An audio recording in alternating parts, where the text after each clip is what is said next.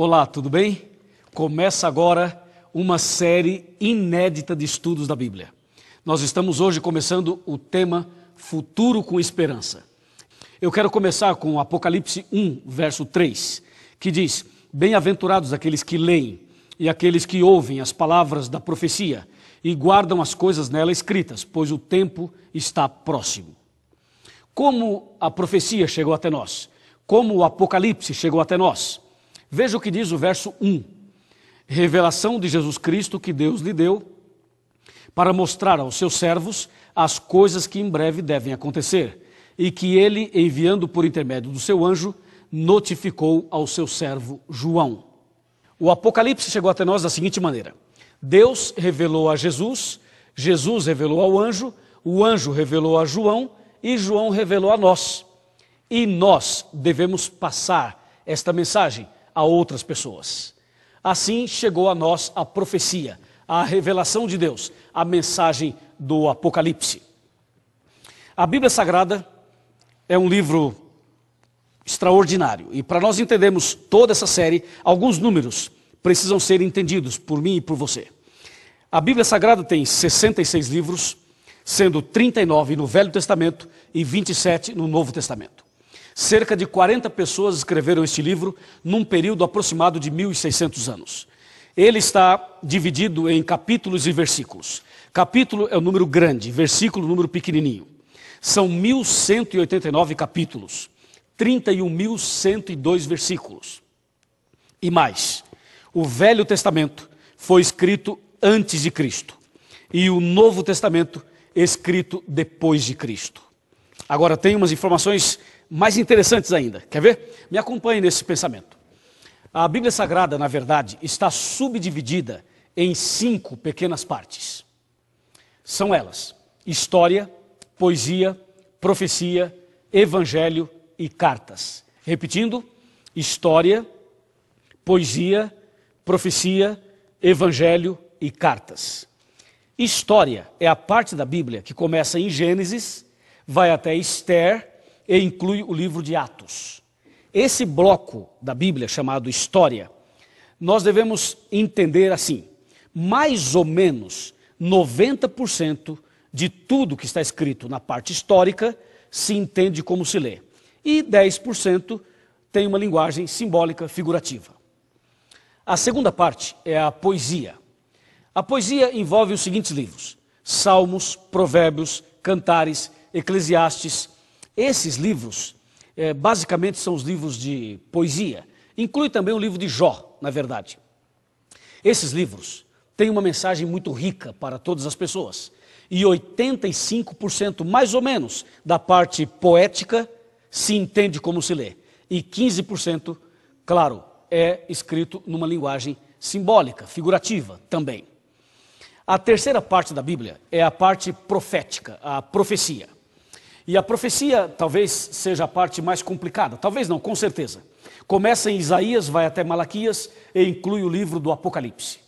Os 2 principais livros da profecia são Daniel no Velho Testamento e Apocalipse no Novo Testamento. De toda a profecia, 95% aproximadamente não se entende como se lê. E 5% é literal, ou seja, se entende como se lê.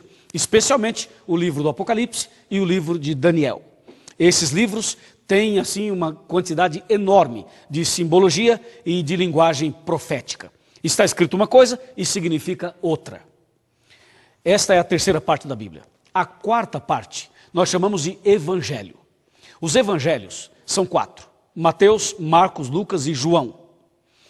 Esses 4 evangelhos ensinam para nós a vida de Jesus, o nascimento, a vida, a sua paixão, a sua morte, a ressurreição, e fala também da volta de Jesus. No caso dos evangelhos, 85% se entende como se lê e 15% são as parábolas. Vou dar um exemplo. Jesus estava andando, viu um homem cego e curou o homem cego. Eu pergunto, isso é simbólico ou literal? Aconteceu de verdade? Sim, aconteceu de verdade. Então se entende como se lê. Jesus curou um paralítico. Eu pergunto, isto foi simbólico ou foi real? Foi real, então se entende como se lê. Mas, ouça isso agora. Jesus disse: eu sou o bom pastor e vocês são as ovelhas. Eu pergunto, isso é literal ou é simbólico? É simbólico, porque Jesus se apresenta como pastor e diz que nós somos ovelhas. Mas não esqueça, nós temos somente 2 pernas, 2 pés. A ovelha tem 4. Então você não é uma ovelha, você é um ser humano, é uma pessoa. Porém, Jesus disse que você é uma ovelha. Esta é uma figura de linguagem. Isso também acontece na questão do trigo e do joio. Na verdade, o trigo e o joio, ovelhas e bodes, e assim por diante, são simbolismos que nós encontramos nos evangelhos. Assim, 85% dos evangelhos se entende como se lê, e 15% são as parábolas. A quinta e última parte da Bíblia é o que nós chamamos de cartas ou epístolas. Começam em Romanos e terminam em Judas. Essas cartas ou epístolas também têm mensagens lindas para nós. A maioria dessas cartas foi escrita por Paulo, mas não somente por ele, tem também Tiago, tem Pedro e assim por diante. 90% das cartas se entende como se lê, e apenas ou aproximadamente 10% é numa linguagem simbólica figurativa. Dessa maneira, você entendeu as 5 partes da Bíblia. Repetindo, vamos comigo? História, poesia, profecia, evangelho e cartas. Agora responda rápido. Qual das 5 não se entende como se lê? Isso mesmo, parabéns, a profecia. A profecia é a parte da Bíblia que não se entende como se lê. Por esta razão, dedicaremos durante toda esta série, Futuro com Esperança, dedicaremos um tempo especial para falarmos bastante de profecias. Aliás, a profecia será o pano de fundo para esse seminário, para esta série em DVDs. Eu convido você agora a ter uma ideia mais real de tudo isso que acabei de explicar. Tome a sua Bíblia e vamos ver na prática se realmente a profecia não se entende como se lê, ok? Vamos abrir a Bíblia primeiramente em Apocalipse 7. Depois disto, vi 4 anjos em pé nos 4 cantos da terra, conservando seguros os 4 ventos da terra, para que nenhum vento soprasse sobre a terra, nem sobre o mar, nem sobre árvore alguma. Veja que esse texto está em Apocalipse e não se entende como se lê. Por quê? São 4 anjos nos 4 cantos da terra segurando os ventos. Primeiro problema, a terra não é quadrada para ter 4 cantos. Segundo problema, os anjos estão segurando os ventos, não dá para segurar os ventos. E terceiro problema, a Bíblia diz para que nenhum vento soprasse, e o vento está soprando o tempo todo, o dia inteiro. Percebe-se claramente que a profecia não se entende como se lê. Nesta série, haverá um estudo sobre Apocalipse 7. Aguarde e você entenderá esse capítulo. Vamos a um outro exemplo. Apocalipse capítulo 12. Confira comigo. Viu-se grande sinal no céu, a saber, uma mulher vestida do sol, com a lua debaixo dos pés e uma coroa de 12 estrelas na cabeça. Percebeu aqui uma mulher com essa descrição? É claro que não existe. Não existe uma mulher vestida de sol com a lua debaixo dos pés. Claro que não. Então aqui é simbólico. O que isto significa? O que essa mulher representa? E o sol, a lua, as estrelas e a coroa. Haverá um estudo nessa série que vamos falar exatamente disso, dessa mulher, de Apocalipse 12. Hoje estou lhe mostrando para você saber que a profecia não se entende como se lê. E assim por diante. Apocalipse 17, por exemplo, fala de uma mulher prostituta. A mesma coisa, não se entende como se lê. E nessa série teremos um estudo exclusivo sobre Apocalipse 17. Eu creio que está claro. Ou seja, as 5 partes da Bíblia, a mais difícil, a mais complicada, é justamente a profecia. E da profecia, os 2 livros mais difíceis e ao mesmo tempo os mais importantes são Apocalipse e também Daniel. Agora, por que uma série Futuro com Esperança com base na profecia? Sabe por quê? Veja o que diz Amós, capítulo 3, versículo 7. Vamos pegar aqui. Certamente o Senhor Deus não fará coisa alguma sem primeiro revelar o seu segredo aos seus servos, os profetas. Ou seja, tudo que vai acontecer no futuro está revelado aqui. Você viu que eu comecei esse estudo mostrando revelação de Jesus Cristo? Revelação. Se você crê em revelação, esse é o lugar para você estar. Esse é o seminário para você estudar a Bíblia. Porque aqui você terá as revelações de Deus do futuro. A Bíblia diz que Deus não fará coisa alguma sem primeiro revelar o seu segredo aos seus servos. É por isso que estamos aqui nesse curso maravilhoso. E há um outro texto no livro de Provérbios, escrito por Salomão. Veja o que diz Provérbios 29, verso 18. Não havendo profecia, ouça isso, não havendo profecia, o povo se corrompe. Mas o que guarda a lei, esse é feliz. Amém? Que tal? Gostou desse texto? Marque aí, Provérbios 29, 18. A Bíblia diz, não havendo profecia, o povo se corrompe. Falando em corrupção, é melhor mudar de assunto, né? Porque o que mais se ouve falar por aí é em corrupção. Porém, a Bíblia não fala só da corrupção do dinheiro, ou da política, ou da vida material. A Bíblia fala da corrupção na vida espiritual. Quando Salomão escreveu, não havendo profecia, o povo se corrompe, é verdade.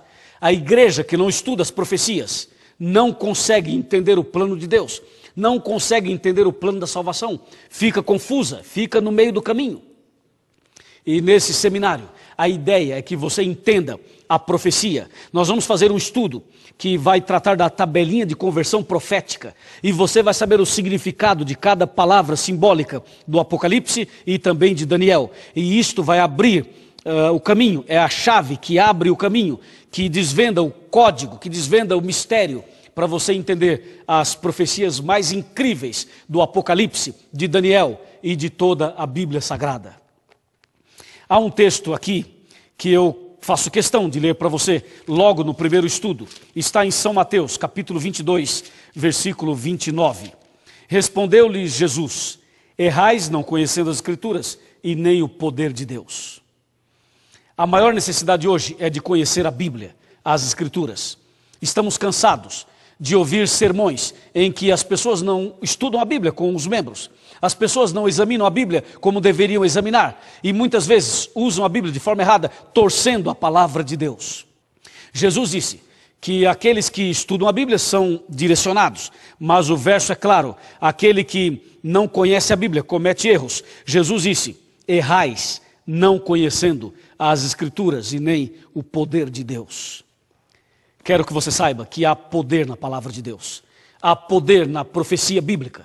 Há poder aqui no Evangelho, nas palavras de Deus. Está escrito no Salmo 119, verso 105, claramente, lâmpada para os meus pés é a tua palavra e luz para os meus caminhos. Com isto eu quero dizer a você que nesse seminário, nesse curso, Futuro com Esperança, Deus deseja, através da Bíblia, iluminar sua vida, iluminar seus passos, abrir seus horizontes, abrir seu raciocínio, mostrar que há uma luz no final do túnel. E essa luz é a palavra de Deus. Lembra? Lâmpada para os meus pés é a tua palavra e luz para o meu caminho.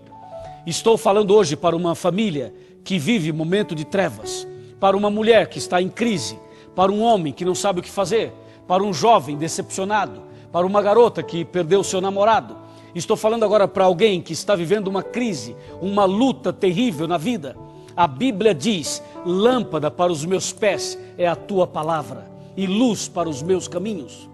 Ou seja, estudando a Bíblia, Deus vai iluminar sua vida, vai expulsar as trevas da alma, vai abrir o caminho, vai expulsar Satanás e você será restaurado, abençoado, feliz, convertido, será uma nova criatura. A palavra de Deus é como um alimento, é como um banquete, e este seminário é um banquete para você, não por minha causa, mas por causa da palavra de Deus. Deus deseja isso para mim e para você. Por isso, a partir de agora, divulgue para as pessoas, pegue esse DVD, distribua para os seus amigos, convide os seus amigos e familiares para juntos estudarmos as profecias da Bíblia. Lâmpada para os meus pés é a tua palavra, luz para os meus caminhos. Então venha conosco. Jesus disse em João 5,39, examinai as Escrituras. Jesus também disse através de Paulo a Timóteo que toda a Escritura é inspirada por Deus, escrita por homens, mas inspirada por Deus, e útil para ensinar, corrigir, repreender e instruir em justiça, para que o homem de Deus seja perfeito e perfeitamente habilitado para toda boa obra. Que Deus te abençoe muito. Você crê na Bíblia Sagrada? Você aceita a Bíblia como única regra de fé e prática para o cristão? Deus seja louvado. Eu vou orar por você, para que a partir de hoje, você nos acompanhe por toda esta série, Futuro com Esperança. e que Deus abençoe você e a sua família. Oremos. Querido Deus, nosso eterno Pai, obrigado porque hoje estamos iniciando esta série maravilhosa de estudos da Bíblia. Que o poder do Espírito Santo esteja sobre esta pessoa. Que a luz da Tua Palavra ilumine este coração e esta vida. E que a partir de hoje a verdade possa estar firme e clara no coração dessa pessoa que estuda a Bíblia comigo. E que se cumpra a palavra de João 8,32, que diz: conhecereis a verdade e a verdade vos libertará. Que assim seja na minha vida e na vida dessa pessoa que ora comigo, em nome de Jesus. Amém.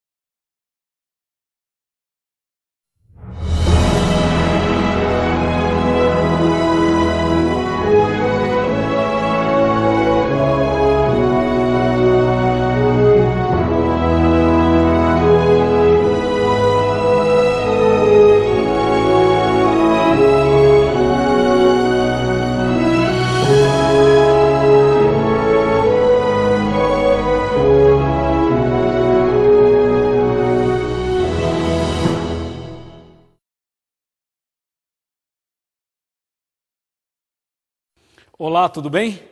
Agora quero que você pegue uma caneta, um papel, a Bíblia e a lição.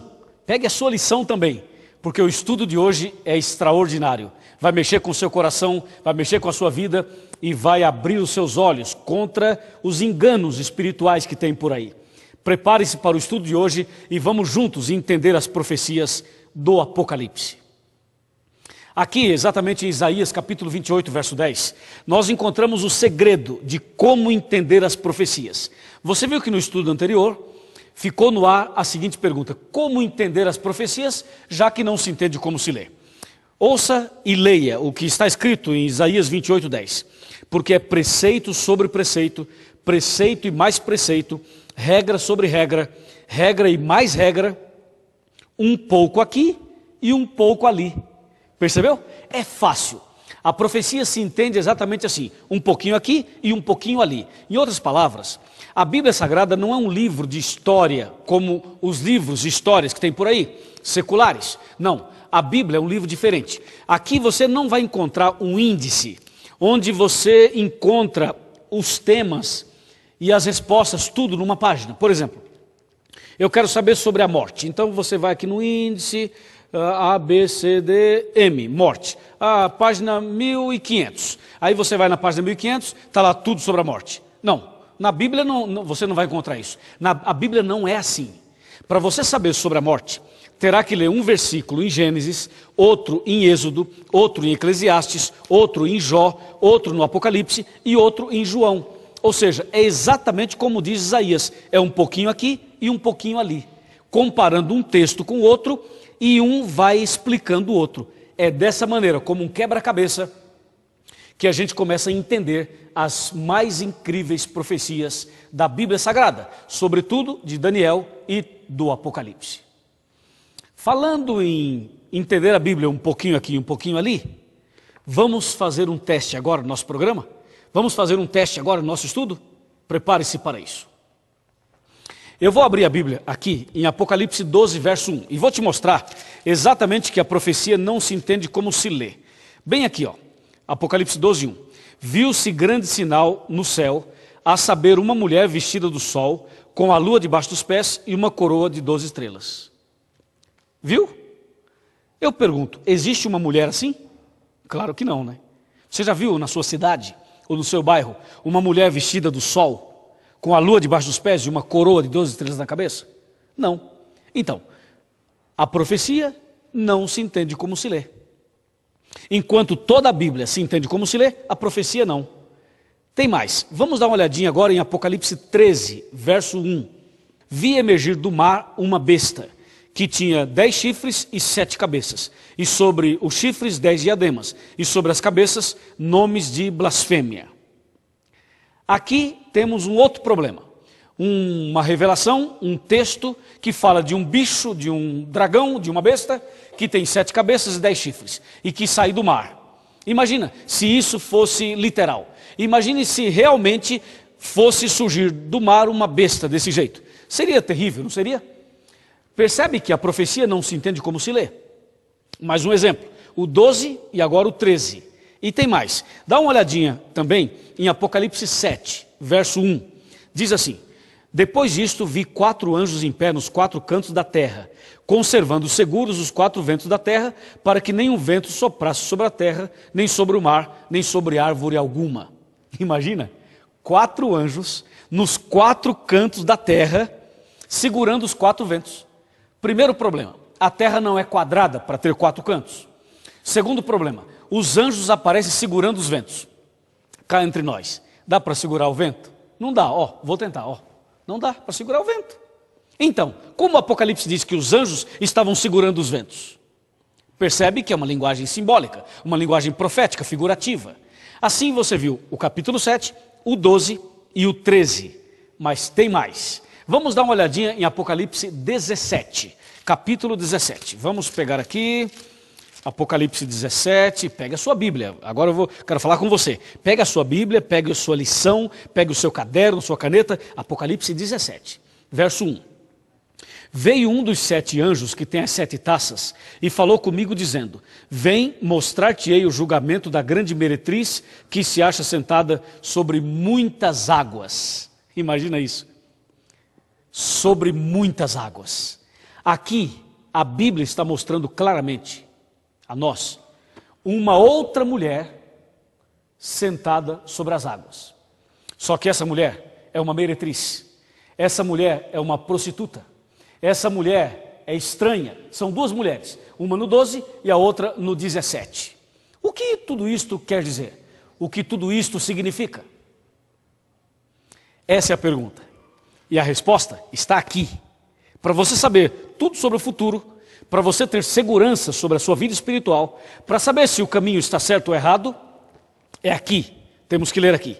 Então temos várias palavras, temos uma sequência de palavras. Vou dizer algumas. Animal, mulher, ventos, águas, um dia, cauda, coroa, estrelas.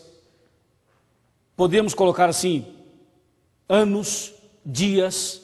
Tem outras palavras, quer ver? Vou citar uma para você aqui, ó. Olha só, Apocalipse 12. Olha quantas palavras nós temos aqui. Eu falei mulher, falei uma série de coisas, mas veja essa palavra aqui, ó. Um dragão, Apocalipse 12, ó. Um dragão vermelho com 7 cabeças, 10 chifres, tem uma cauda que arrasta a terça parte das estrelas. Você viu? Dragão, cauda, estrelas, tudo num capítulo só. O que isto significa? Vamos por partes. Primeiro, o que quer dizer animal em profecia? Resposta está aqui em Daniel capítulo 7. Daniel 7, verso 1. Aqui diz: no primeiro ano de Belsazzar, rei de Babilônia, teve Daniel um sonho e visões ante os seus olhos, quando estava no seu leito, e escreveu logo o sonho e relatou a suma de todas as coisas. Falou Daniel e disse: eu estava olhando durante a minha visão da noite, e eis que os 4 ventos do céu agitavam o mar grande, e 4 animais grandes, diferentes uns dos outros, subiam do mar. Agora verso 17, diz assim: esses grandes animais que são 4, são 4 reis que se levantarão da terra. Pronto. Deu para entender que na profecia animal significa rei. Mas em um outro momento, em outro contexto, animal também pode significar reino. Rei ou reino, sabia? No verso 17 de Daniel 7:17, fala rei. Mas no verso 23, fala assim: então ele disse, o quarto animal será um quarto reino na terra. Portanto, animal em profecia pode ser rei ou reino. Entendeu? Facinho, né? Vamos para uma outra palavra. A outra palavra é mulher. O que significa mulher em profecia? A resposta está em Efésios, no Novo Testamento, capítulo 5, verso 23. Está bem aqui. Diz assim: porque o marido é o cabeça da mulher, como também Cristo é o cabeça da igreja, sendo este mesmo o salvador do corpo. Lendo um pouquinho mais, o verso 30 e 31 e 32, especialmente o 32, diz assim: grande é esse mistério, mas eu me refiro a Cristo e à igreja. Ou seja, Efésios capítulo 5 vai traçando um paralelo entre a mulher e o marido, e Cristo e a igreja. Mulher, marido, Cristo, igreja. Comparando Jesus como marido e a igreja como a mulher. Então, em profecia, mulher significa igreja. E nós podemos citar também Apocalipse 21, que mostra a volta de Jesus, a descida da cidade santa, e a Bíblia diz que Jesus é o noivo que vem encontrar-se e buscar a sua noiva. Essa é uma linguagem bem conhecida dos cristãos. Portanto, mulher significa igreja. Agora, se for uma mulher pura, representa a igreja verdadeira. Se for uma mulher prostituta, representa a igreja falsa. E eu já posso perguntar a você, quantas mulheres estão aqui em Apocalipse? 2, não é verdade? 2 mulheres, uma fiel e outra infiel, uma pura e a outra prostituta. Isso quer dizer que existem somente 2 caminhos, 2 igrejas, 2 tipos de religiões, 2 tipos de doutrinas, aquela que é verdadeira e a falsa, a igreja certa e a igreja errada. Então pergunto a você, você faz parte de qual igreja? Da verdadeira ou da falsa? Da certa ou da errada? Da doutrina de Deus ou a doutrina de Satanás? Qual é o seu caminho? Por onde você tem andado? Bem, seja lá qual for a sua resposta, nesse estudo, nessa série sobre o futuro com esperança, Deus vai mostrar a você o caminho certo, o caminho da verdade, o caminho da salvação, o caminho que leva ao reino dos céus. Existem outras palavras. Eu falei de animal e de mulher, mas posso falar agora de água. O que quer dizer água em profecia? Vamos ver Apocalipse aqui, capítulo 17. Bem aqui, 17, verso 1. Fala que a mulher estava sentada sobre muitas águas. Agora o verso 15 diz: falou-me ainda, as águas que viste onde a meretriz está assentada são povos, multidões, nações e línguas. Portanto, água quer dizer povos, gente, pessoas. Entendeu? Vamos lá. Animal, rei ou reino. Mulher, igreja. E água, povos. Facinho, né? Facinho. Agora tem uma outra pergunta. O que será que significa um dia? Porque a Bíblia diz que o povo de Deus seria perseguido por 1260 dias. E diz também que haveria um tempo profético, conhecido como 2300 dias, ou 2300 tardes e manhãs. O que é um dia? Quanto vale um dia? Um dia profético representa quanto tempo? Resposta está aqui no livro de Ezequiel.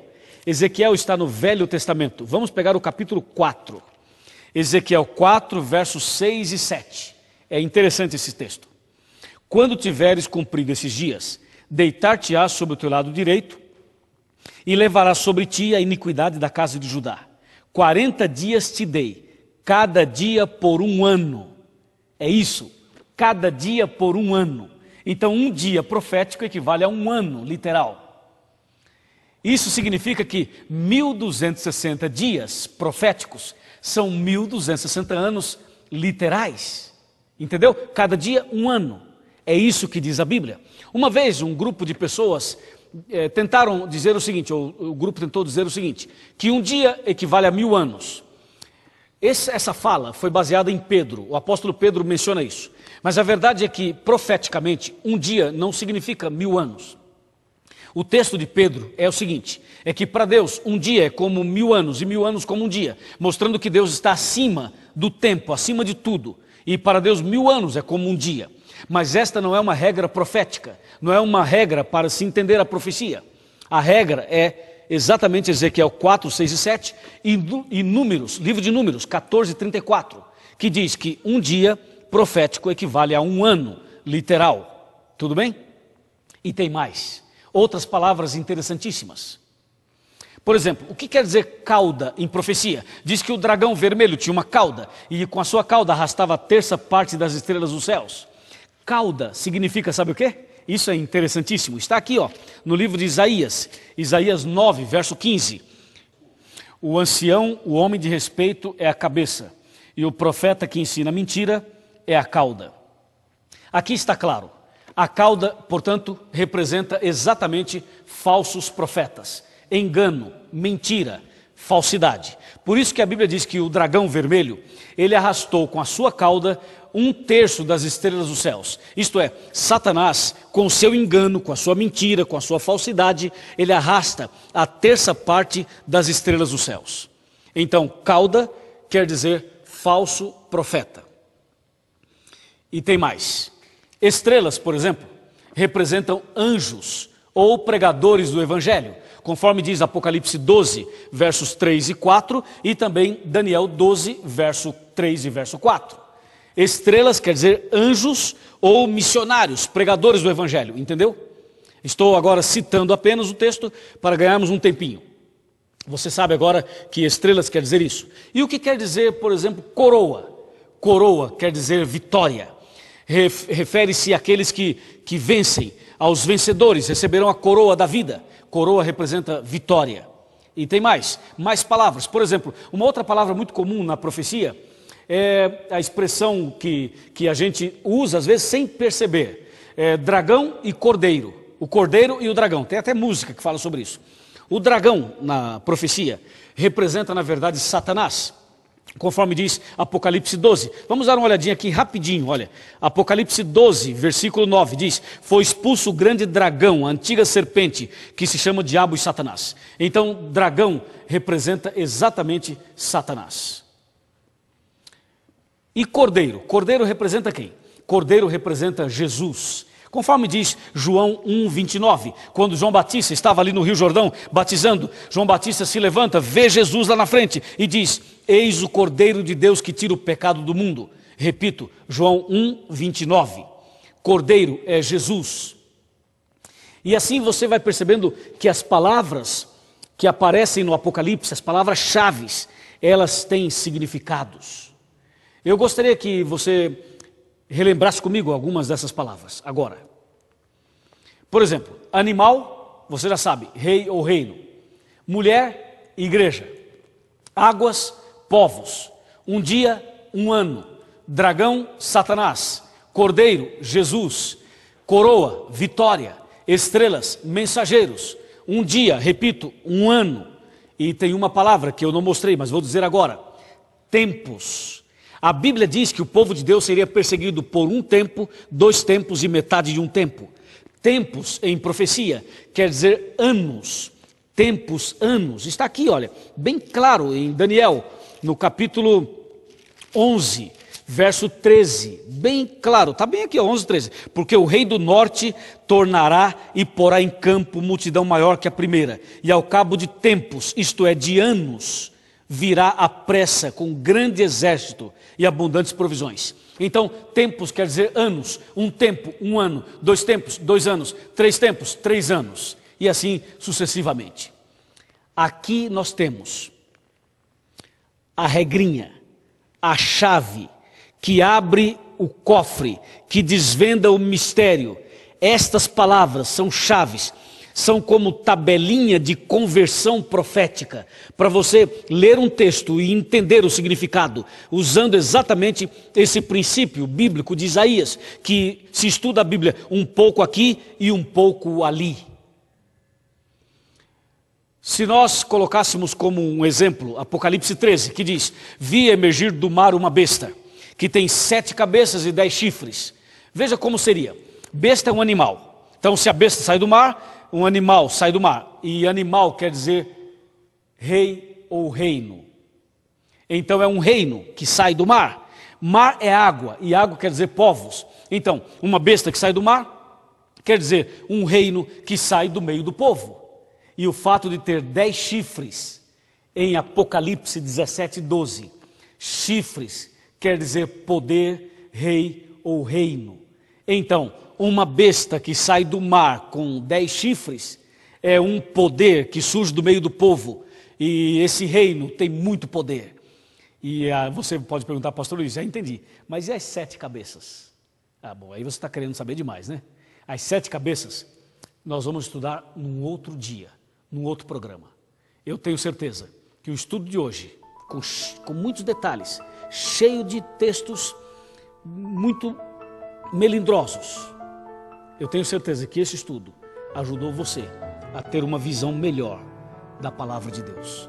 Continue firme, porque no próximo encontro nós vamos saber mais detalhes de como funciona o grande conflito entre o bem e o mal, através dos tempos, começando no céu e continuando nos dias de hoje. Continue firme estudando a Bíblia e Deus te abençoará grandemente. Vamos orar? Oremos. Senhor nosso Deus, obrigado pelo estudo de hoje. Eu quero entregar nas tuas mãos esta pessoa que acompanhou conosco esta mensagem. Que estas verdades entrem no coração de cada um e que juntos, em nome de Jesus, compreendamos direitinho as profecias e a tua vontade. Em nome de Jesus. Amém.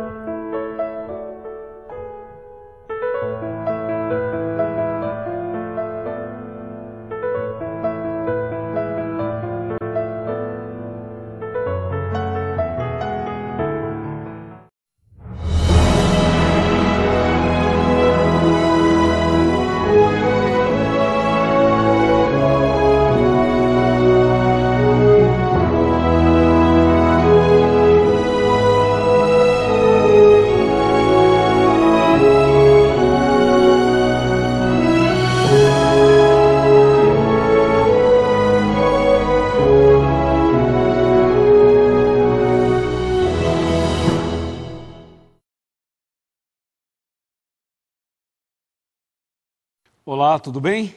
O estudo de hoje é muito importante. Vamos falar sobre as colunas da verdade, a base da nossa fé, a base da nossa esperança.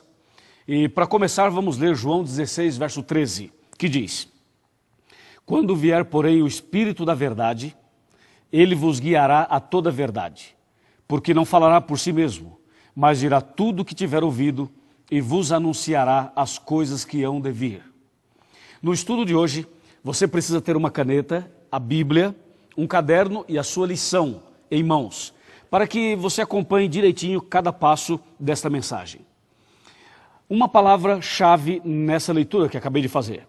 Diz que quando o Espírito da verdade viesse, ele nos guiaria a toda verdade.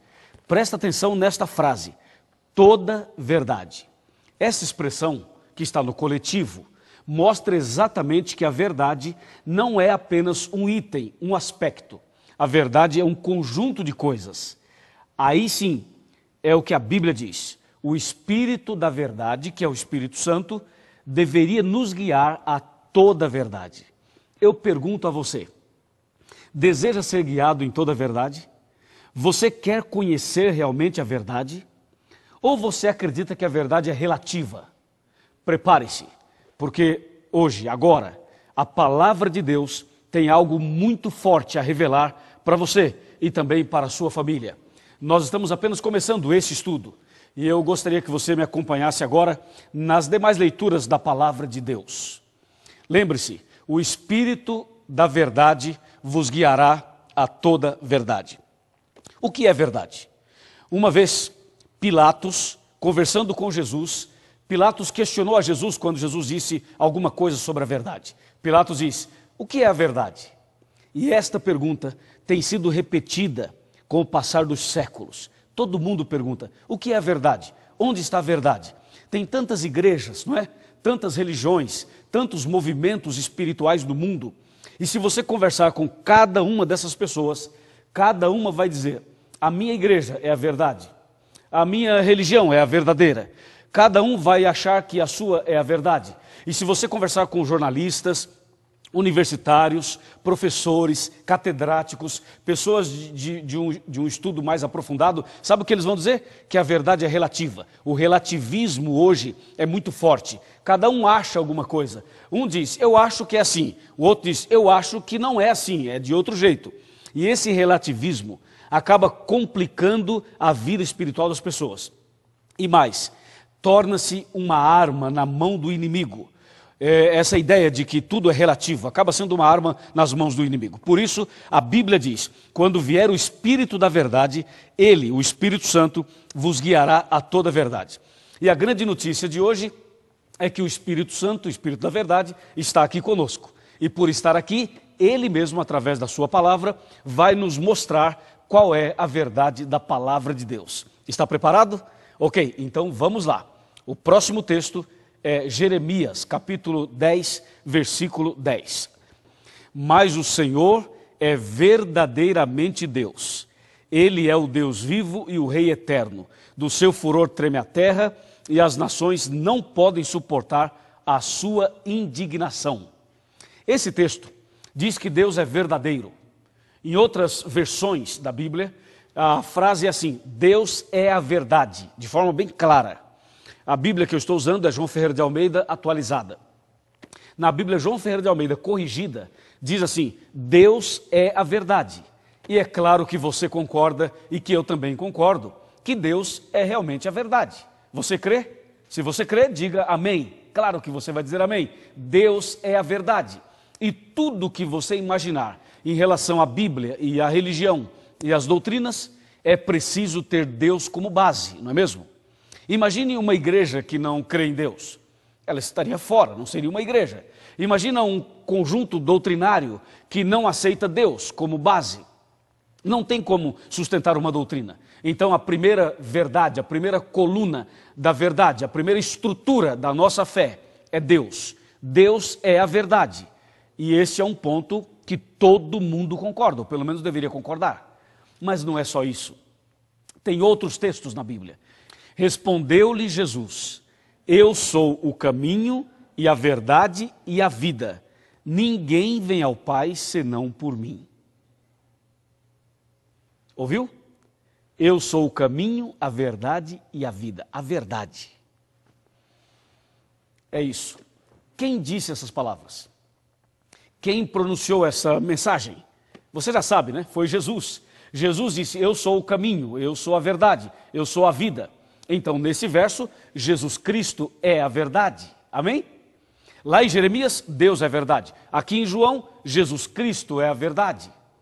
Imagina você uma igreja ou um movimento de uma religião mundial que não aceita Jesus. Ela pode aceitar Deus, mas não aceita Jesus. Então aí já teríamos um problema sério, grave.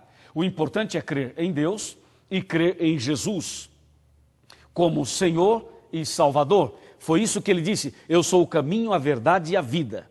Claro, muito claro para nós. Então a segunda coluna da verdade é Jesus.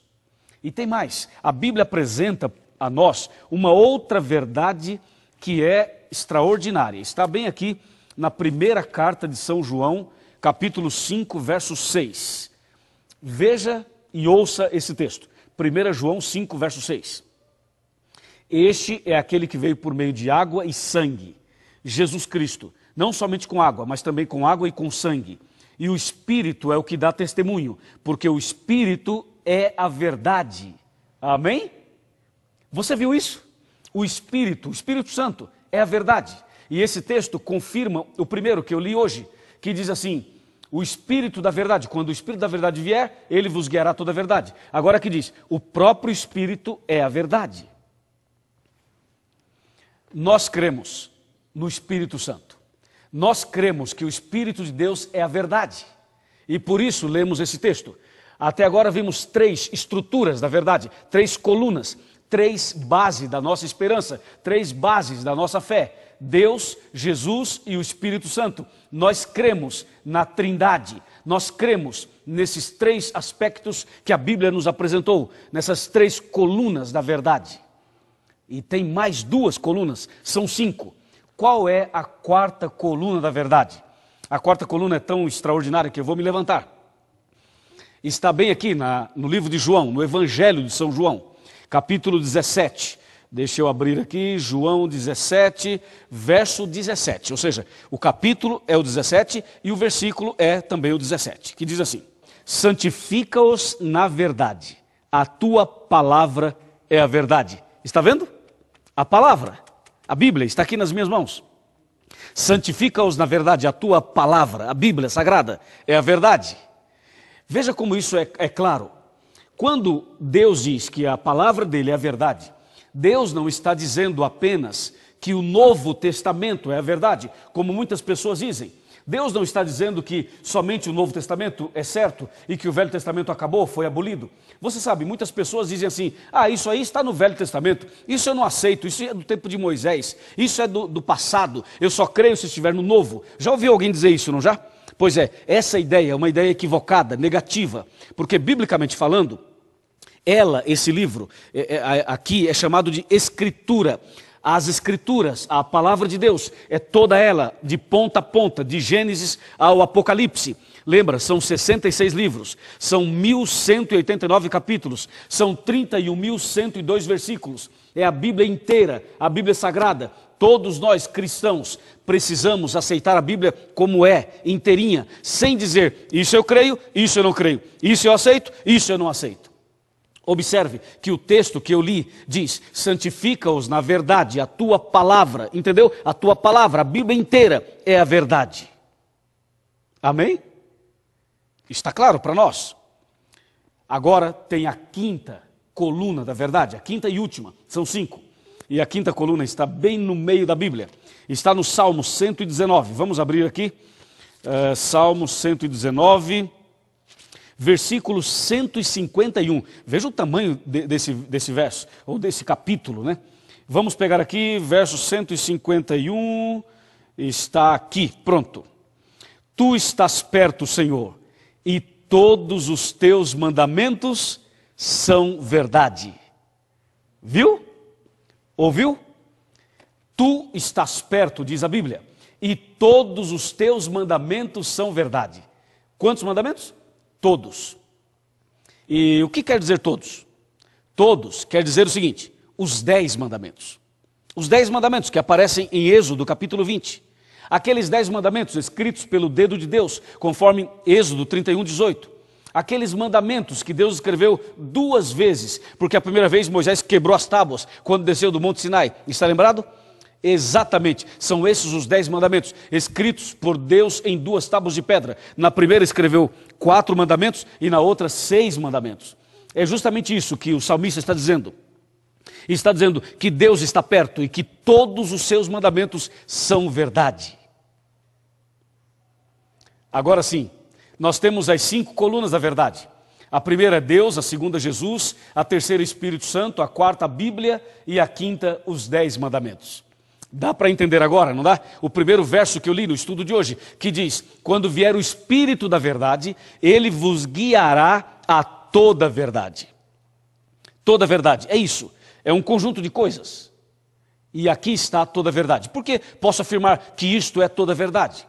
Porque qualquer doutrina, qualquer princípio bíblico, qualquer mensagem verdadeira, tudo que está na Bíblia depende destas 5 colunas. Se você pregar sobre justificação pela fé, se pregar sobre o santuário, se pregar sobre o grande conflito, se pregar sobre a volta de Jesus, se pregar sobre conduta cristã, qualquer que seja a sua doutrina, a sua pregação, se ela estiver na Bíblia, ela depende destas colunas. Imagine uma doutrina que não tem Deus, Jesus, a Bíblia, o Espírito Santo e os 10 mandamentos como base. Então ela não sustenta, ela cai, ela vai ao chão.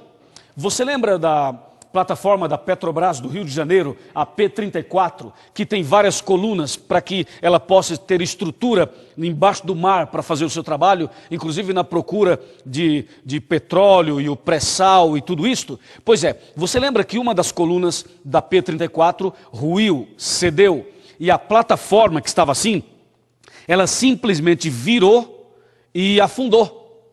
Isto quer dizer que qualquer casa, qualquer prédio, qualquer estrutura precisa de colunas. Sem as colunas, não pode permanecer em pé ou de pé. Assim acontece na vida espiritual. Nós temos que ter as colunas, a estrutura da nossa fé, a base da nossa esperança. E aqui estão elas. Agora vem uma pergunta muito interessante, muito curiosa. A pergunta é: será que todo mundo tem a verdade? Será que as pessoas conhecem a verdade? Será que as igrejas conhecem a verdade? O que acontece quando alguém conhece a verdade? O que Deus fala sobre a verdade? E o que Satanás fala sobre a verdade? Aqui na palavra de Deus nós temos 2 textos que não são antagônicos em si, mas a mensagem dos 2 textos mostra um conflito, um grande conflito entre o bem e o mal, e no centro do conflito está exatamente a verdade, ou estão as colunas da verdade. O primeiro texto é Daniel 8:12. Daniel 8:12 diz que alguém lançaria a verdade por terra. E esse alguém é o inimigo. O outro texto está em João 8:32. Que diz: conhecereis a verdade e a verdade vos libertará. Em outras palavras, nós temos 2 textos. Um em Daniel 8:12, que diz que alguém lançaria a verdade por terra. A frase é: lançou a verdade por terra, fez isto e prosperou. Pisou na verdade, rejeitou a verdade, fez isto e prosperou. Essa é a ideia lá em Daniel 8:12. Mas a ideia em João 8:32 é o contrário, uma ideia contrária. O texto diz claramente: conhecereis a verdade e a verdade vos libertará. Veja a importância de conhecer a verdade. Se as pessoas conhecerem a verdade de fato, elas serão libertas, elas serão transformadas, a vida delas será outra. Mas o importante é conhecer a verdade. E você sabe que existem 2 formas de conhecer a verdade. A primeira forma é uma forma teórica, é uma maneira teórica, é somente de ouvir falar. Esta é uma forma. A outra forma é conhecer a verdade por experiência. Por experiência, por exemplo, estão vendo esse sofá? Você está vendo esse sofá? Você pode olhar para esse sofá e dizer assim: ah, eu conheço esse sofá. Muito bem, você conhece, ele é bonito, está aqui. Eu conheço o sofá, isso é uma coisa. A outra coisa é eu sentar aqui e dizer assim: ah, eu conheço esse sofá, olha aí. Eu conheço por experiência, eu sentei nele. Eu conheço o sofá de verdade, ele é agradável, é fofinho, é muito bom de sentar. Você percebeu? Há 2 maneiras de conhecer o sofá. Uma é só você daí olhar para ele, a outra é sentar nele. Assim é com a verdade. Há 2 maneiras. Você pode dizer assim: eu conheço a verdade, eu ouvi falar de Jesus, eu ouvi falar da Bíblia, eu ouvi falar de Deus, do Espírito Santo, dos 10 mandamentos. Isso é uma maneira. A outra é você experimentar, é você andar com Deus, é você andar com Jesus, é você se relacionar com o Espírito Santo, é você estudar a Bíblia, é de fato você obedecer, viver, vivenciar os 10 mandamentos. É isso que Jesus está dizendo em João 8:32, quando diz: conhecereis a verdade e a verdade vos libertará. Você deseja conhecer a verdade? Você quer ser liberto pelo poder da verdade? Agora tome cuidado, hein? Porque tem alguém que conheceu a verdade e não foi liberto. Esse alguém foi Satanás. Você sabe, o Lúcifer morava no céu. E lá no céu ele conheceu Deus, conheceu Jesus, conheceu o Espírito Santo. Ele conhece a Bíblia e conhece os 10 mandamentos. No entanto, ele não foi liberto, você sabe disso. Ele conhece tudo, mas não foi liberto. E por que não foi liberto? João 8,44 diz porque ele não foi liberto. Diz assim, João 8,44 tem um texto grande. Eu vou pegar só a frase principal. A frase diz, ele jamais se firmou na verdade. Esse é o problema de Satanás. Ele conhece a verdade, porém é o pai da mentira. Ele só fala mentira e diz a Bíblia, jamais se firmou na verdade. É importante conhecer a verdade, mas mais importante do que conhecer é se firmar nela. Você conhece a verdade, está firme nela, é isso que Deus espera de mim e de você, conhecer a verdade e se firmar nela cada vez mais.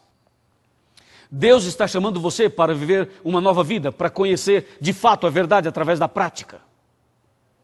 Foi isso que Jesus diz em João 17, verso 3, que a vida eterna começa a partir da hora que você conhece a verdade. Jesus disse claramente, a vida eterna é esta, que te conheçam a ti, por único Deus verdadeiro, e a Jesus Cristo a quem enviaste.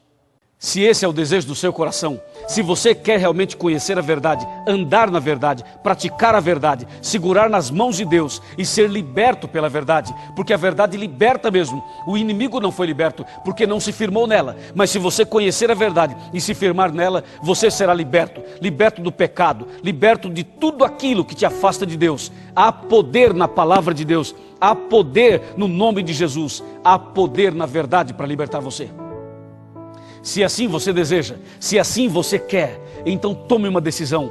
Procure a Igreja Adventista do Sétimo Dia, procure o seu amigo, fale com a pessoa que te deu esse DVD, fale com as pessoas que estão reunidas com você aí, passando essa mensagem, e diga a ela, diga a ele, eu quero conhecer a verdade, eu quero me firmar na verdade. Diga isto e você será abençoado a partir de agora. E eu quero dar os parabéns a você por esta decisão tomada agora. E é por esta decisão que eu quero orar por você nesse instante. Feche os seus olhos, curve a sua cabeça e vamos orar. Senhor nosso Deus, obrigado por esse estudo, obrigado pela verdade, obrigado por tua palavra poderosa que nos ensina e nos transforma. Ajuda-nos a te conhecer melhor, ajuda-nos a aceitar Jesus, ajuda-nos a nos relacionarmos com o Espírito Santo, ajuda-nos a lermos a Bíblia todos os dias e ajuda-nos a obedecermos os 10 mandamentos.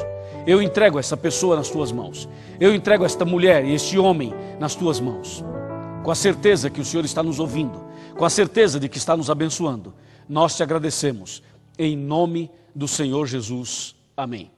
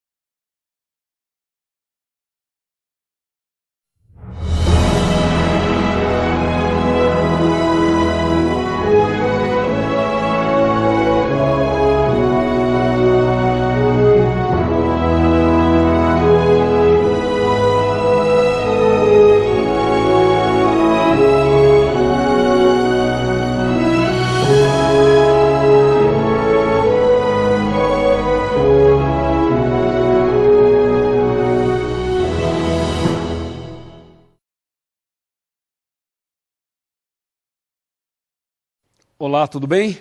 O tema de hoje vai mexer com a sua vida espiritual. O tema de hoje vai levar você a uma experiência maravilhosa com Deus. Eu gostaria que você pegasse a sua Bíblia, uma caneta, um caderno e a sua lição, pois estamos numa série de estudos sobre o futuro com esperança. E por isso é importante você tomar notas. Isso aqui não é simplesmente um programa de televisão. É muito mais do que isso. É uma série de estudos da Bíblia, para que você e eu possamos crescer na fé e na esperança da breve volta do Senhor Jesus. Por isso, seja bem-vindo ao nosso seminário, seja bem-vindo ao nosso curso. O tema de hoje tem a ver com a estratégia do inimigo, tem a ver com os planos do inimigo para jogar a verdade por terra e para atrapalhar o crescimento espiritual das pessoas. E vamos começar lendo exatamente Daniel 8, verso 12, que foi um dos versos que eu li na lição passada, no estudo passado. Daniel 8, 12 diz: o exército lhe foi entregue com o sacrifício diário por causa das transgressões, e deitou por terra a verdade, e o que fez prosperou. Percebeu? Deitou a verdade por terra, e o que fez prosperou. A pergunta é a seguinte: se o inimigo deseja jogar a verdade por terra, se o inimigo pretende pisar na verdade, qual seria a sua estratégia para que isso acontecesse? Você acha que o diabo iria aparecer e dizer assim: olá pessoal, eu sou Satanás e vim aqui pisar na verdade, jogar a verdade por terra? Você acha que o diabo faria assim? Você acha que ele se apresentaria dizendo quem ele é de verdade para perseguir as pessoas? Lógico que não. Satanás não é tão ignorante assim. Ele é inteligente. Ele sabe como fazer as coisas para o mal, para o erro. E por isso ele estabeleceu um projeto. Ele criou um plano, ele criou uma estratégia muito bem trabalhada, a fim de enganar os homens, enganar as mulheres, enganar as pessoas.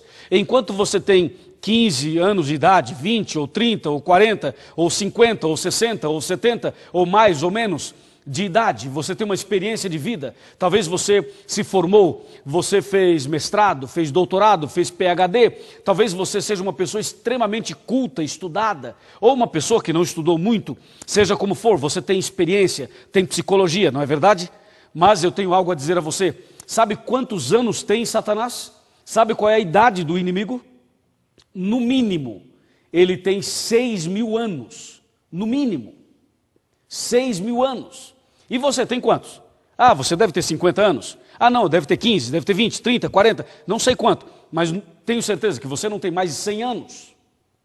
Então, se você acha que é esperto, se você acha que tem psicologia suficiente para entender tudo do seu jeito, tome cuidado, porque o inimigo, ele tem mais psicologia maligna do que qualquer um.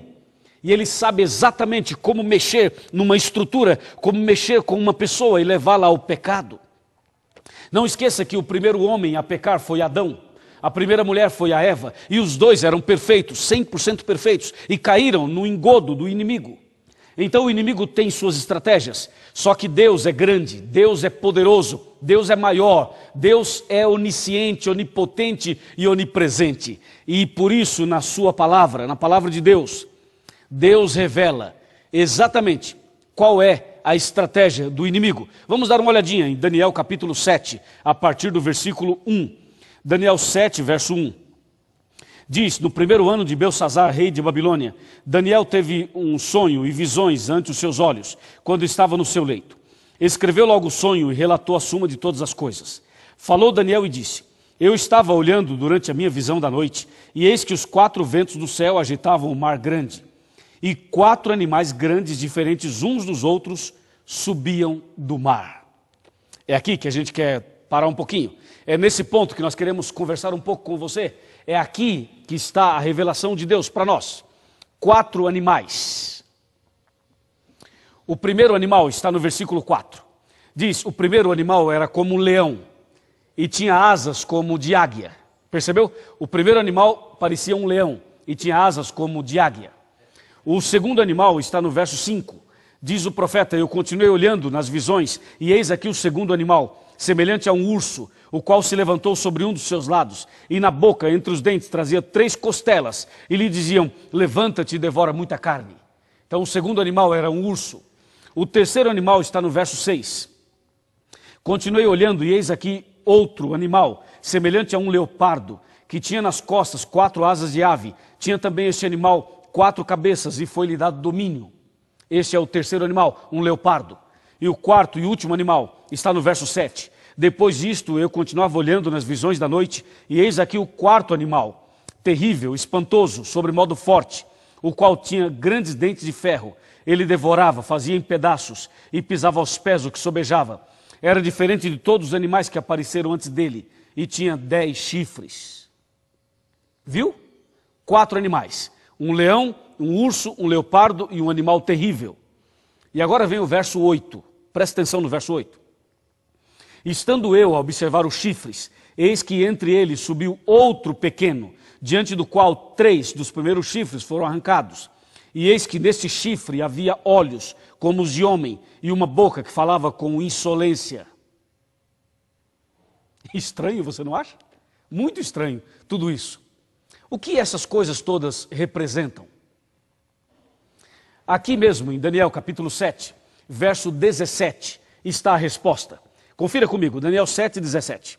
Estes grandes animais, que são 4, são 4 reis que se levantarão da terra. Então, a Bíblia responde que os 4 animais são 4 reis. E se são 4 reis, são também 4 reinos. Porque onde há um rei, há um reino. E onde há um reino, claro que há um rei. Então, o leão, o urso, o leopardo e o animal terrível são 4 reis, 4 reinos que se levantariam da terra. E todos nós sabemos, por estudos na escola, no ensino médio, ou no ensino fundamental, ou na faculdade, todos nós sabemos que o nosso mundo foi dominado por 4 nações, 4 impérios. São eles: Babilônia, Medo-Persa, Grécia e Roma. Esses 4 impérios estão representados aqui por esses 4 animais. O leão representa a Babilônia, o urso, o Império Medo-Persa, o leopardo, a Grécia, e o animal terrível e espantoso, Roma. Aqui estão, para nós, claras revelações de pontos históricos e também alguma coisa do futuro. Se entendermos bem este capítulo, entenderemos detalhes da estratégia do inimigo. Analisando um pouquinho, Babilônia foi o primeiro império a dominar, mas logo depois perdeu seu domínio. Nabucodonosor assumiu o poder, mas em seguida perdeu o domínio para o Império Medo-Persa. O fato do leão ter 2 asas quer dizer que Babilônia rapidamente dominaria o mundo, porque asas significam rapidez de conquista, velocidade. Assim, o Império Babilônico dominou o mundo, mas assim como dominou rapidamente, perdeu o domínio rapidamente. Quando o Império Medo-Persa de Ciro e Dario dominaram o mundo da época. E logo depois do domínio do urso, que é o símbolo do Império Medo-Persa, um império que devorou muitas pessoas e muitos impérios, muitos povos. Por isso que o urso tinha 3 costelas na boca, mostrando que eles devoravam os outros impérios e as outras nações na guerra, com o seu poderio bélico, com a sua força dominadora. Mas o Império Medo-Persa também perdeu o seu domínio para o Império Grego, a Grécia, a famosa Grécia de Alexandre o Grande, que dominou rapidamente o mundo e rapidamente perdeu o seu domínio com a morte de Alexandre. Lembre-se que o leopardo tinha 4 asas, mostrando que a Grécia dominaria o mundo mais rapidamente que a Babilônia e que o Império Medo-Persa. E as 4 cabeças do leopardo representam 4 homens de confiança de Alexandre, 4 generais de guerra, homens que eram fortes na liderança. São eles: Cassandro, Lisímaco, Seleuco e Ptolomeu. Esses 4 generais são as 4 cabeças do leopardo. Houve um momento em que Alexandre o Grande morreu e os 4 generais assumiram o poder. Por isso o leopardo aparece aqui com 4 cabeças e também 4 asas. Mas logo depois que o Império Grego passou, logo depois que o Império de Alexandre o Grande acabou, surge um 4º império, representado aqui na Bíblia por um animal terrível e espantoso. E esse 4º império é o Império Romano, Roma dos Césares, que dominaria o mundo de 168 a.C. até 476 depois de Cristo. Ou seja, o período em que Roma dominou foi o período em que a Virgem Maria esteve grávida, o período em que nosso Senhor Jesus Cristo nasceu, o período em que os 12 apóstolos viveram, o período em que Jesus foi levado a Pôncio Pilatos, o período em que Jesus foi crucificado.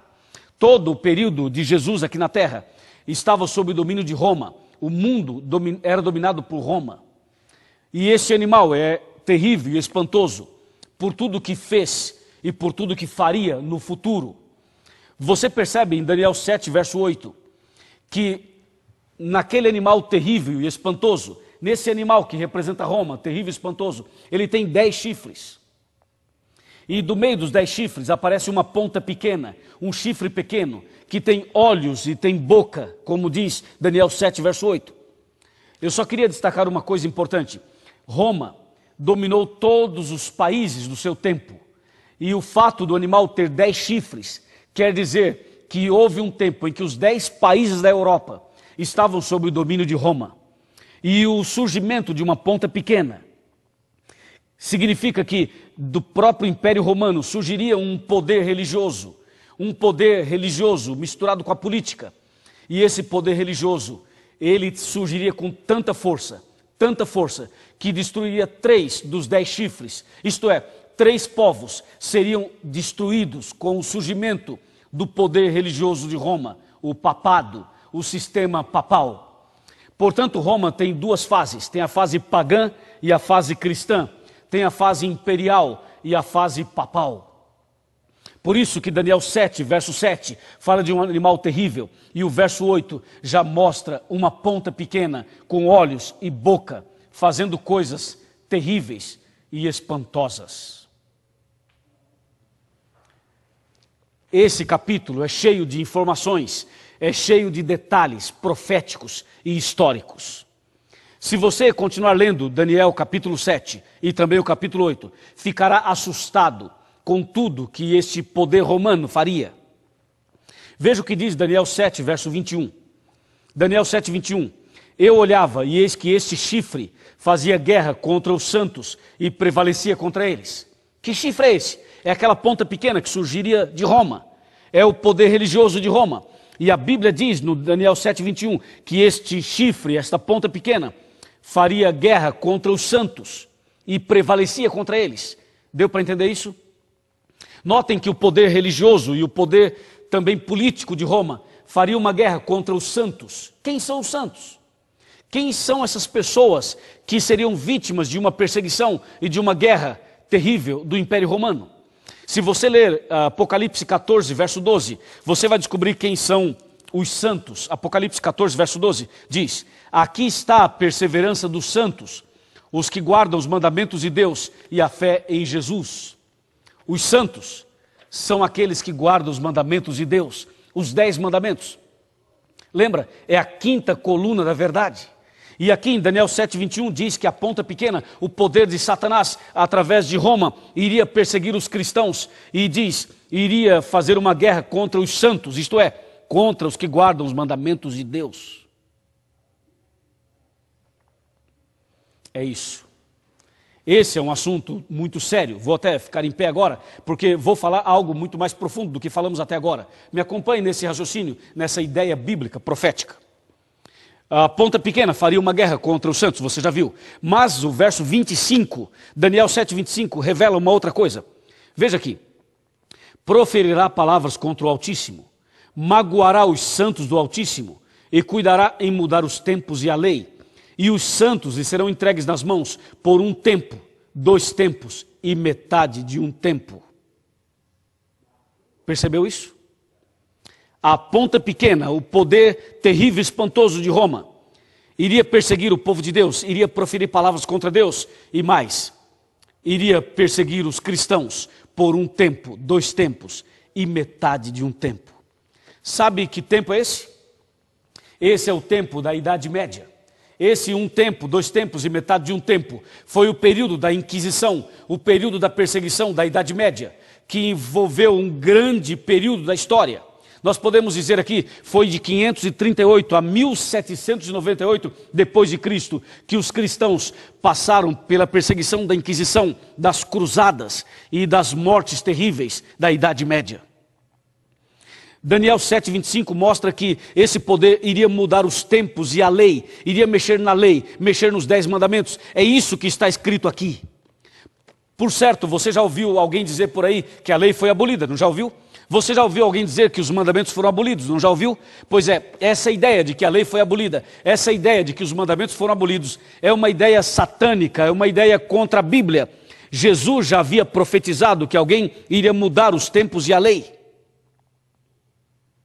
Esta mensagem, mudando os tempos e a lei, como está escrito aqui, é justamente uma forma de jogar a verdade por terra. E agora confira comigo o que diz Daniel 8, verso 12.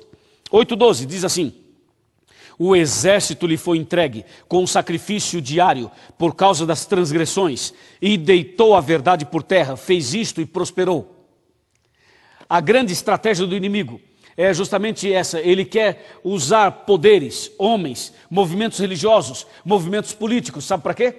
Para pisar na verdade. E você lembra do estudo anterior? Qual é a verdade?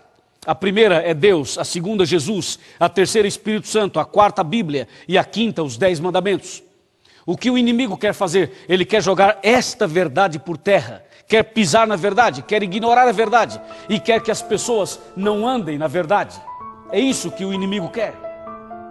E por isso vem usando através dos séculos poderes políticos, religiosos, homens e mulheres, pessoas fracas que se entregam nas mãos do inimigo e se vendem por qualquer coisa, por poder e por dinheiro e por influência.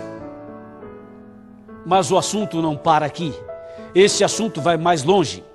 Tem uma pergunta que eu quero deixar no ar para você. Como Satanás pisaria na verdade? Como o inimigo iria jogar a verdade por terra? Como? Qual seria o seu argumento? Qual seria a sua estratégia? Como o inimigo iria jogar Deus por terra, Jesus, a Bíblia, o Espírito Santo, os 10 mandamentos por terra? Como? Você acha que isso é possível? Claro que não é possível, humanamente falando, e do ponto de vista bíblico isso não é possível, mas a Bíblia diz que isso aconteceria. Então eu tenho uma baita de uma interrogação e eu pergunto como isto poderia acontecer. Quer saber? Deseja saber? Se você quer saber, não perca o próximo programa, não perca o próximo estudo bíblico. Você vai saber coisas muito sérias.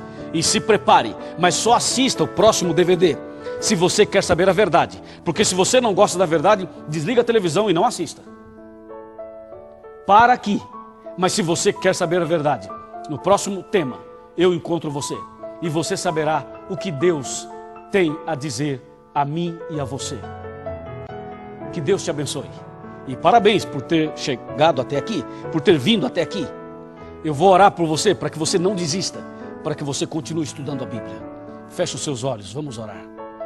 Senhor nosso Deus, obrigado pelo estudo de hoje. Abençoa essa pessoa que nos acompanhou até agora. Que a verdade da tua palavra seja mais forte. Que as estratégias do inimigo não tenham poder sobre a vida dessa pessoa, mas que o poder do Evangelho, o poder do nome de Jesus e a verdade bíblica possa ser maior e mais forte na vida desta pessoa que estuda a Bíblia conosco na série Futuro com Esperança. Em nome de Jesus. Amém.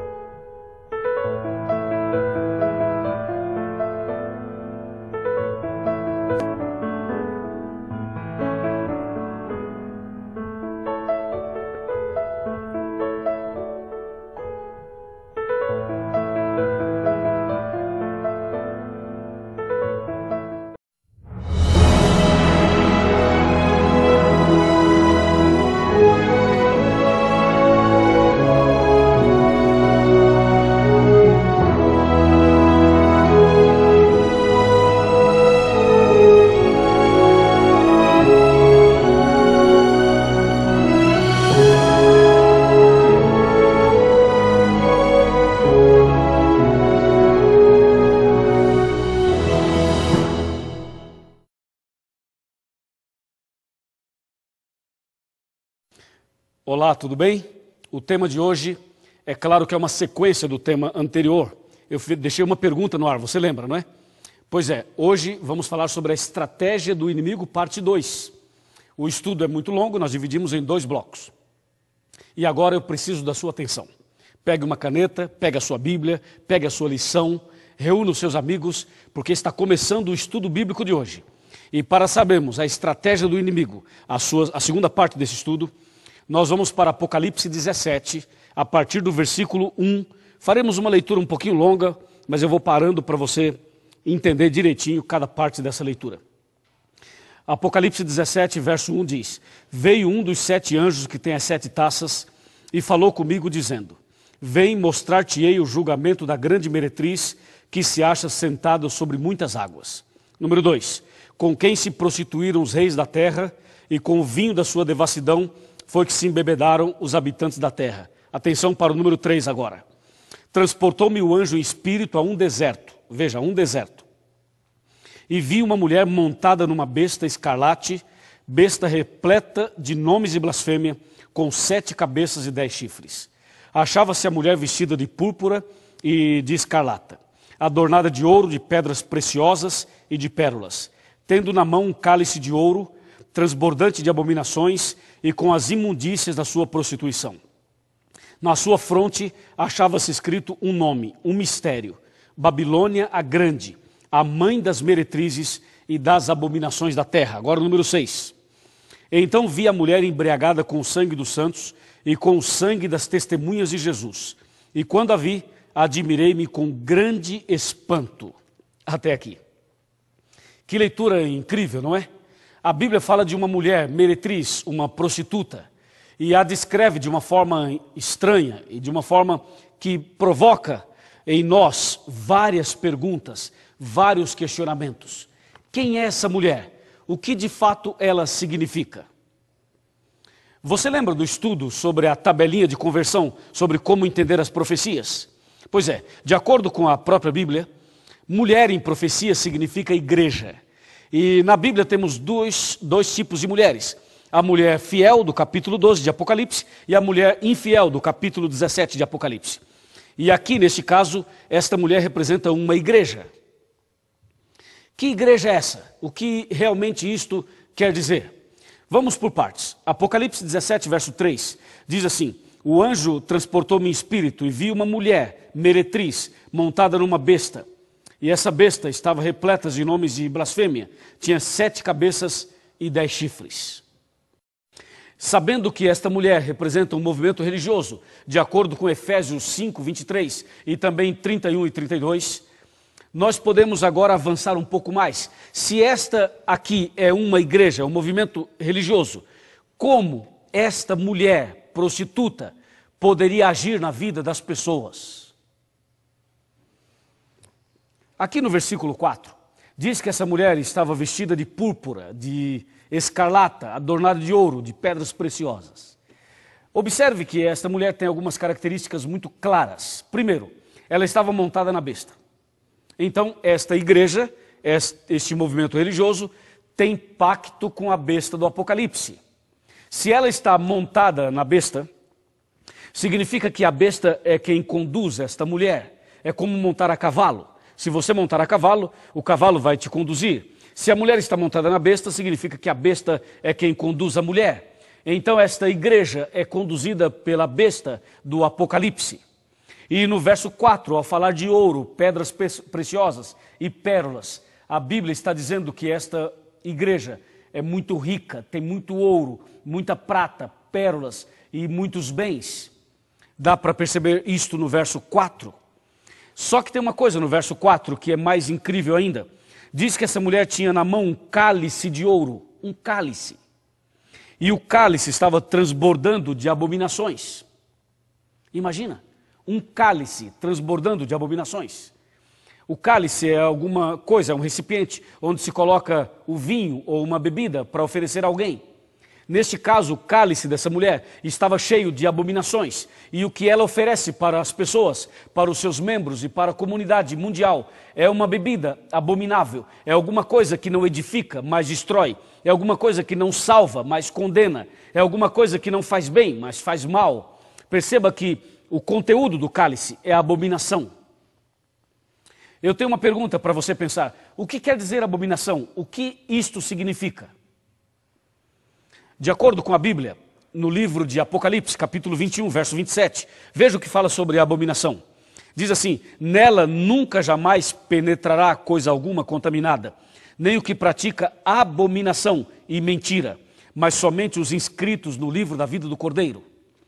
O verso aqui lido diz que quem pratica a abominação não será salvo, não entra no céu, não entra na nova Jerusalém, não entra no novo céu e na nova terra. E justamente é a abominação que a mulher de Apocalipse 17 está oferecendo para as pessoas. Ou seja, a mensagem, a doutrina, o ensinamento da igreja de Apocalipse 17 é uma mensagem que tira a salvação das pessoas, que impede a salvação das pessoas. Conforme diz aqui, porque quem pratica abominação não entra no céu. E o que a mulher oferece é justamente a abominação, porque o cálice estava transbordando de abominações. Deu para você entender? Eu creio que sim. Mas o que mais a Bíblia fala sobre abominação? Vamos ver aqui Provérbios capítulo 28, verso 9. Provérbios está no Velho Testamento. Você sabe, tem os Salmos e depois vem Provérbios. Provérbios capítulo 28, verso 9. Isto é muito forte. Está preparado? Eu espero que você esteja. Então se ajeita aí no sofá, se ajeita aí na cadeira, respira fundo, porque lá vai chumbo, hein? Vamos lá, Provérbios 28, 9. O que desvia os seus ouvidos de ouvir a lei, até a sua oração será abominável. Você ouviu isso? Quem desvia os ouvidos de ouvir a lei, até a oração é abominável. Quer dizer, muitas coisas se tornam abomináveis, inclusive a oração. Ou seja, a abominação está ligada à transgressão da lei, dos 10 mandamentos. Em outras palavras, a mulher de Apocalipse 17 é chamada de prostituta, de meretriz, porque ela prostituiria a lei, ela mudaria a lei, ela mexeria nos 10 mandamentos. Você já ouviu dizer por aí que a lei foi abolida, não já ouviu? Pois é, essa é a ideia prostituída, essa é a abominação que as pessoas beberam e estão por aí deixando vazar pelo canto da boca a abominação, esse líquido maligno, essa mensagem errada, esse princípio que as pessoas inventaram ao dizerem por aí que a lei foi abolida. E dizem assim: os adventistas estão no tempo da lei, os adventistas estão no tempo de Moisés, a lei foi abolida. Os adventistas nem igreja eles são uma seita. Você já ouviu isso por aí, não já? Pois é, essa ideia de que a lei foi abolida, essa ideia de que os mandamentos não precisam mais ser obedecidos hoje, essa é uma ideia abominável. Esta é uma mensagem venenosa da mulher prostituta de Apocalipse 17. Por isso que o cálice estava transbordando de abominações. Você viu? Mas o capítulo não para por aí não. O capítulo tem mais. O capítulo ensina mais. Nós vamos voltar para Apocalipse 17. Eu vou abrir a minha Bíblia aqui e vamos para Apocalipse 17. Me acompanha não somente na leitura, mas me acompanha também agora no raciocínio que teremos dessa leitura. Veja Apocalipse 17, voltando para cá. Pronto, está aqui. Vamos agora para o versículo 5. O versículo 5 diz: na sua fronte achava-se escrito um nome, um mistério: Babilônia, a grande, a mãe das meretrizes e das abominações da terra. A palavra Babilônia vem da palavra Babel. Você lembra da Torre de Babel? Está lá registrado em Gênesis. Ok, a Torre de Babel era uma construção, era um projeto que levaria os homens até Deus, até o céu. E no meio da construção, na metade do caminho, Deus confundiu a língua deles. E foi justamente ali que surgiram as línguas, as diversidades de línguas. Como hoje nós temos no mundo inteiro, cada país fala um idioma. E alguns países falam mais de um idioma. Ok, a partir daí Babilônia passou a significar confusão. Passou a significar salvação pelas obras e confusão. É justamente isso. Agora essa mulher de Apocalipse 17 tem na sua testa um nome Babilônia. Isto quer dizer que esta mulher é uma mulher confusa, é uma igreja confusa, tem uma mensagem confusa, tem uma mensagem que prega a salvação pelas obras, que ensina penitência, que ensina a pessoa a fazer sacrifício e ganhar a salvação por seus próprios méritos. Esta é uma ideia de Babilônia, e esta igreja, este movimento religioso de Apocalipse 17, ensina uma doutrina confusa. Prega uma coisa aqui, prega outra ali, e as pessoas não entendem o plano da salvação. Por isso que o nome é Babilônia, confusão religiosa. E é justamente essa a ideia do inimigo, causar uma confusão religiosa no mundo. Hoje as pessoas estão confusas. Hoje as pessoas não sabem para onde ir. As pessoas não sabem que decisão devem tomar. Você está estudando a Bíblia comigo agora e você deve estar perguntando: pastor, qual é o caminho? Eu vou numa igreja, diz uma coisa, vou na outra igreja, diz outra. E para onde eu devo caminhar? Para onde eu devo ir?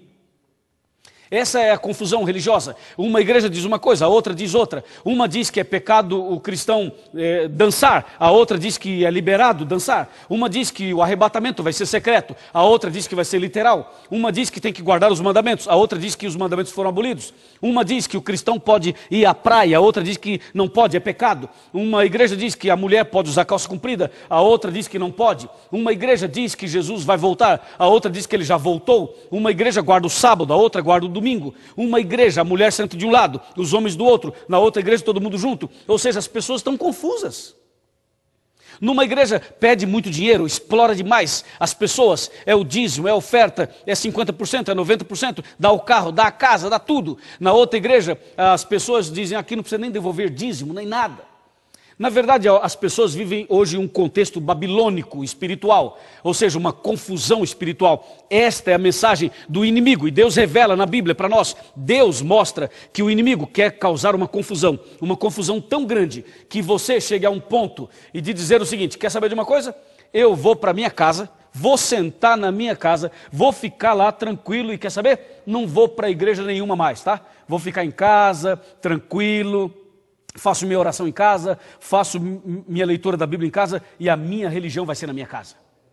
O inimigo quer tirar você da igreja, quer que você não frequente igreja nenhuma, e quer que você não tome nenhuma decisão.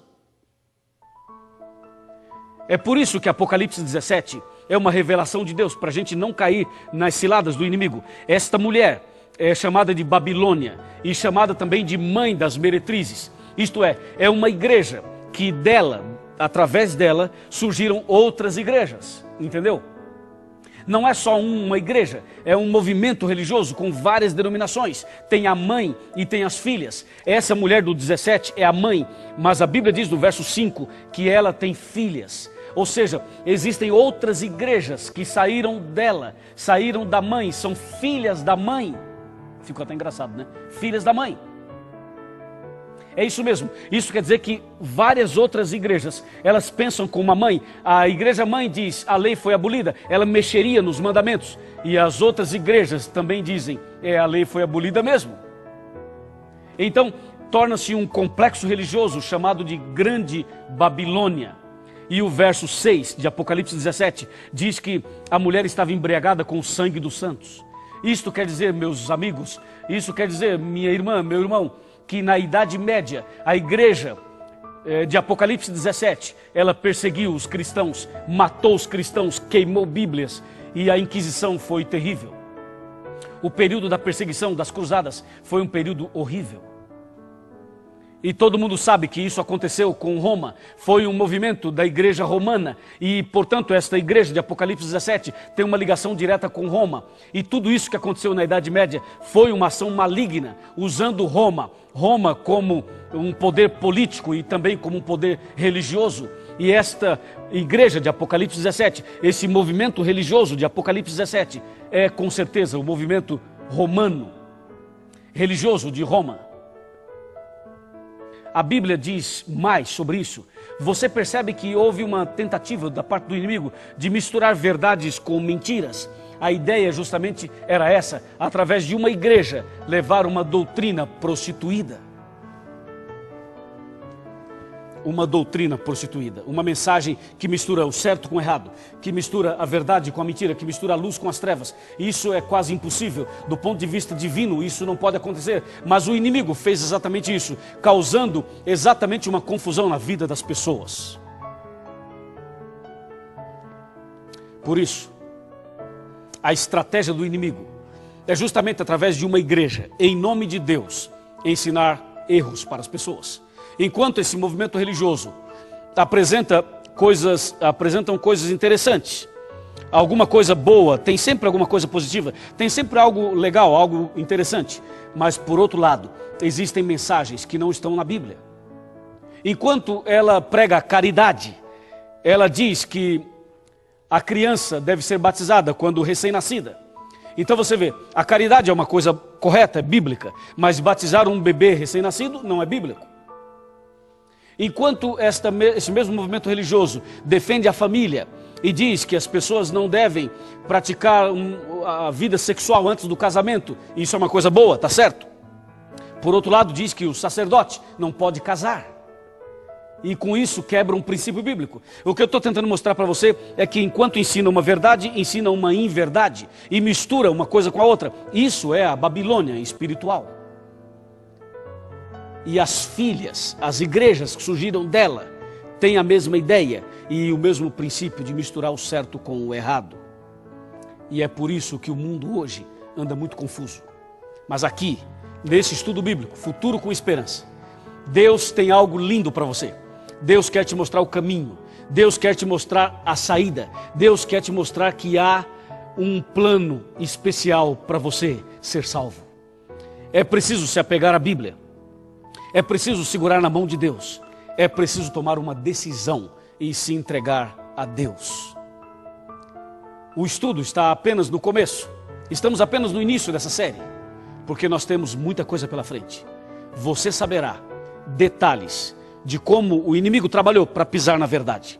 E saberá também como Deus trabalhou e trabalha até hoje para restaurar a verdade. Fique firme. Não deixe de estudar a Bíblia. Continue estudando.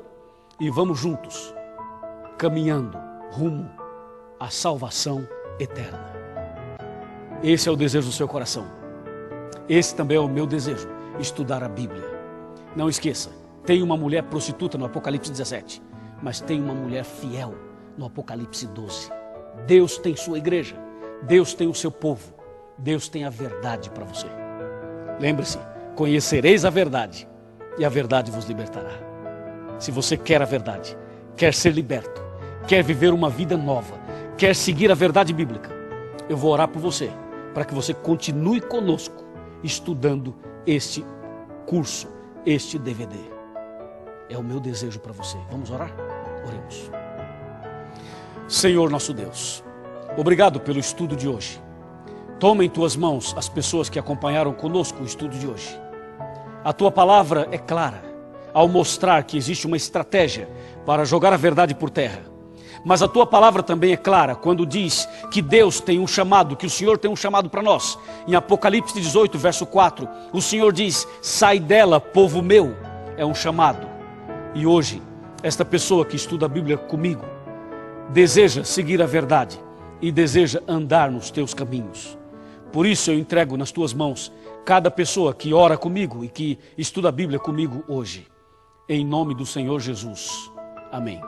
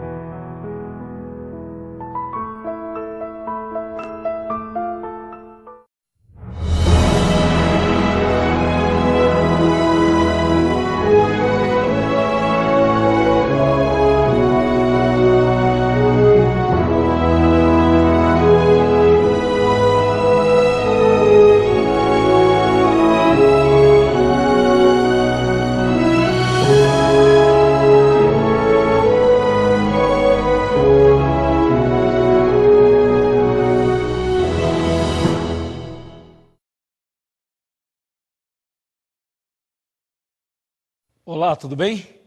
Hoje o estudo é simplesmente maravilhoso. Nos estudos anteriores,